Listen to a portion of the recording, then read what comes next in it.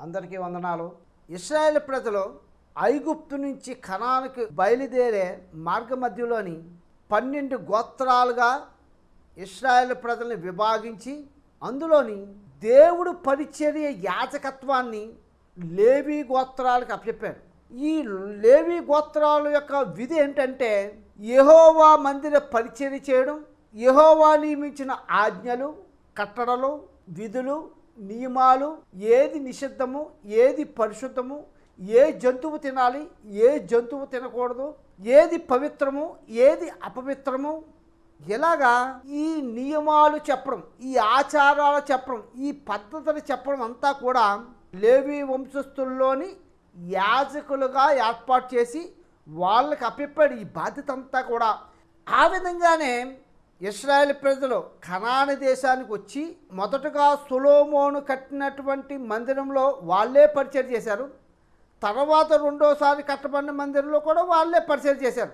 అయితే హెజ్కేలు గ్రంథం 44వ అధ్యాయంలో కూడా నూతన యెరూషలేము అనే మహాపట్టణంలో కూడా యాజకత్వం జరుగుతుంది. అక్కడ కూడా బలి అర్పించడం, దేవుడికి నైవేద్యం ఇవ్వడం, పరిచర్య చేయడం, దేవుడి మందిరం యొక్క విధులు, ఆచారాలు, కట్టడలు, పద్ధతులు ఇవన్నీ కూడా ప్రజలు ఏ విధంగా చేయాలన్న బాధ్యతని కూడా ఈ భూలోకంలో లేవీ వంశస్థులకి ఎలాగైతే అప్పచెప్పారో పరలోకంలో ఉన్నటువంటి నూతన యెరూషలేము అనే ఆ మహాపట్టణంలో పరిచర్య కూడా యాజకులకు అప్పచెప్పాడు. ఇక్కడైతే ఇశ్రాయేలీలో 12 గోత్రాల్లో ఒక గోత్రమైనటువంటి లేవీలకి ఆ బాధ్యతను అప్పచెప్పారు.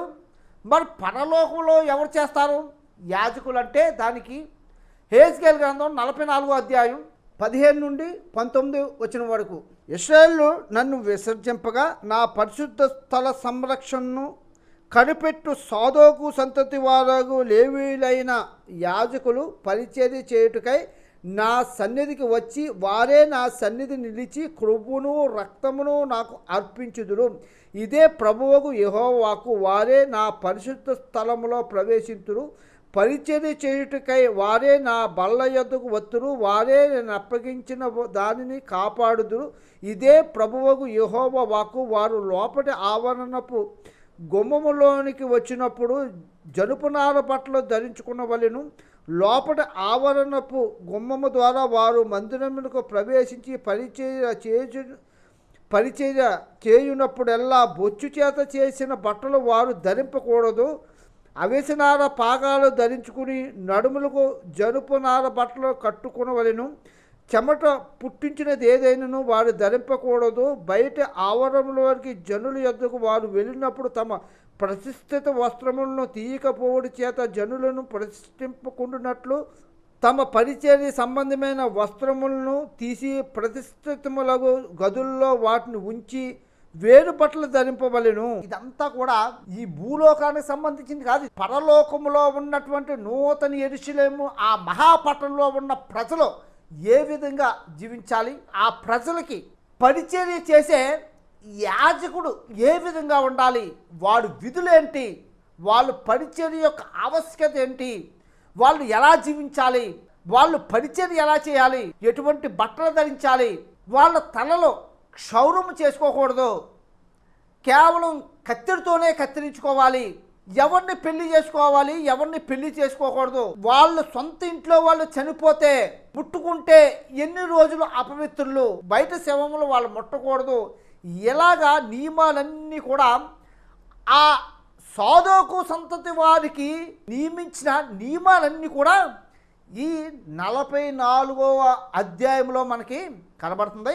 ఇప్పుడైతే యెహోవా తండ్రి పరిచర్య ఎవరికి అప్పచెప్పారు?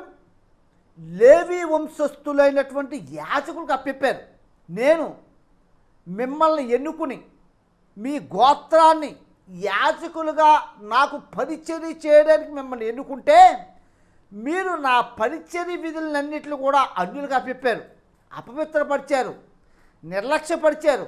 నాకు ఇంకా దూరం అయ్యేలాగా మీరు చేశారు. పరిచర్య అంతా కూడా ప్రజలకి నన్ను దగ్గర అయ్యేలాగా మీరు వ్యవహరించలేదని చెప్పి ఈ భూలోకంలో అయితే నా యాజకత్వ ధర్మాన్ని మీకు అప్పచెప్పాను, కానీ పరలోకంలో మాత్రం మీకు ఆ భాగ్యం లేదు.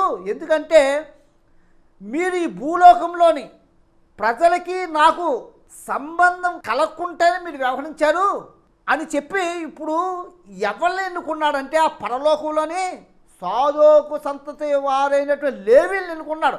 ఇంతకీ సాదోకు సంతతమైన లేవీలు అంటే వీళ్ళే సార్వత్రిక సంఘం, అంటే ప్రపంచంలో ఉన్నటువంటి దేవుణ్ణి సొంత రక్షకుడుగా స్వీకరించిన నువ్వు నేను మనందరం కూడా సాదోకు సంతతి వాళ్ళమే.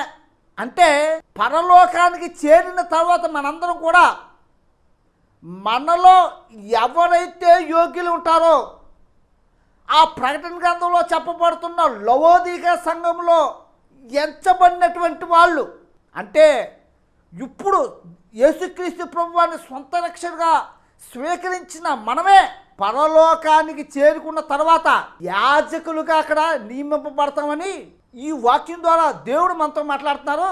ఆ దేవుడు పరిచర్య చేసే యాజకత్వంలో నువ్వు ఉండొచ్చు, నేను ఉండొచ్చు. అది దేని మీద ఆధారపడి ఉంటుందంటే ఈ భూలోకంలో ప్రభువుని సొంత రక్షకుగా స్వీకరించి ఆయన పట్ల నువ్వు కనపరిచే భయభక్తులు, విశ్వాసం, నమ్మకం, యథార్థత, నీతి, పవిత్రత మీద ఆధారపడి ఉంటుంది.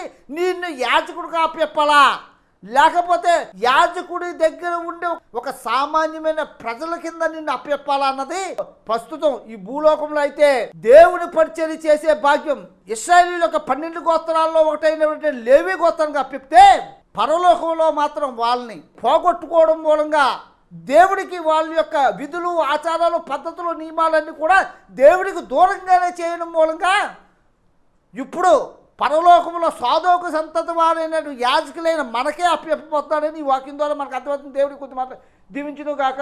ఆమేన్.